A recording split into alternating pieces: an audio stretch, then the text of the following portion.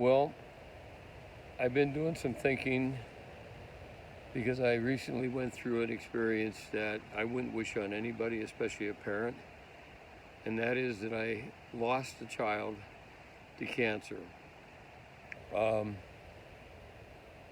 in that process, I watched a person who was a healthy, very healthy young man of 40 uh, go down in health over a almost 2.5 year period, and they decided they wanted to die at home.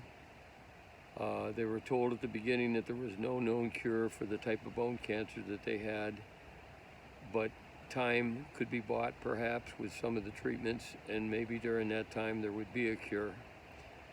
Um, Unfortunately, no cure came about. It was prostate cancer that metastasized to bone cancer, which is very unusual for a person as young as this.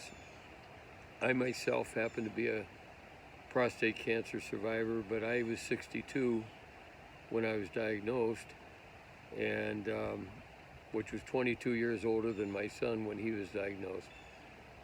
And that was 13 years ago. I'm almost 75 now, and I have no problems. But I deeply regret that I didn't have my son, even in his 30s, get a PSA test.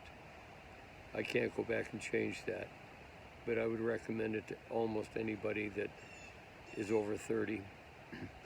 But what I want to talk about is that during this process, my son lost weight, going down from about 205 down to around 100 pounds.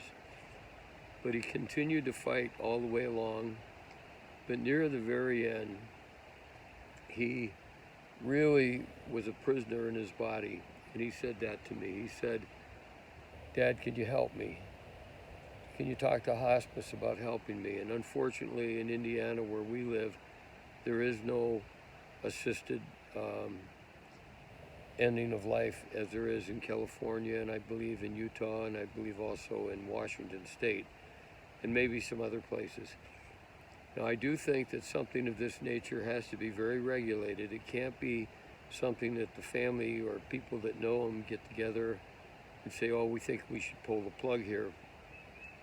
It has to be decided really in conjunction with very disinterested parties that have nothing to gain, that have medical professional knowledge.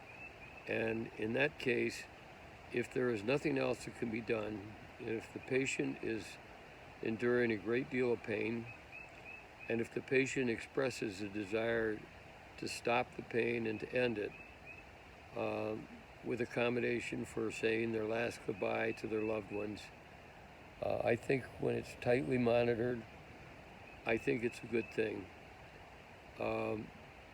It's awful to watch somebody suffer like that, and it's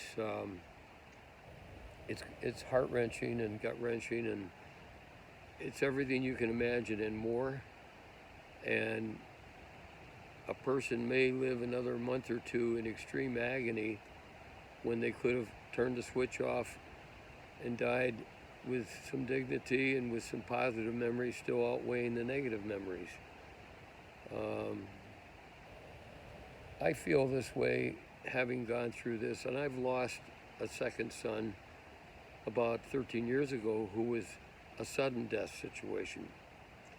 And that also hurt, but the hurt slowly got a little less and a little less over time, and eventually you were beyond it and didn't think about it every day. And it never hurts any less when you think about it, it just hurts less often. But in this situation, the pain and the suffering increases. You see the person deteriorate. You see them become addicted to the opiates that they need to take in order to get some sleep and not be in a constant state of 9 and 10 pain level. At the end, you see them lose their urinary control and have to have a catheter in all the time. You see them get impacted in their bowels because the opiates stop the bowels from working. And you see the look on their face when they catch a glimpse of themselves in the mirror. And then when they tell you that they want you to help them end it, it just tears your heart out. And you want to, but you don't want to break the law.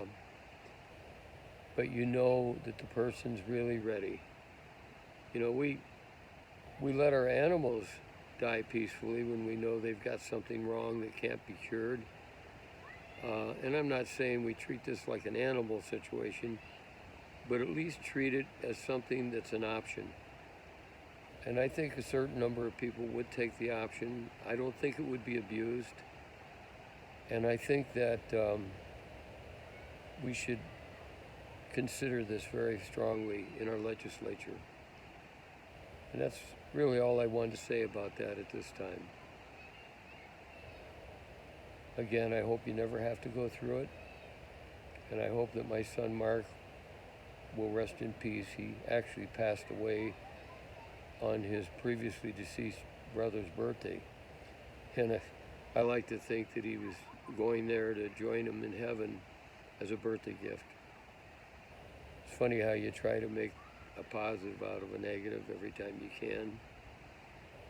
But thank you for listening. Take care.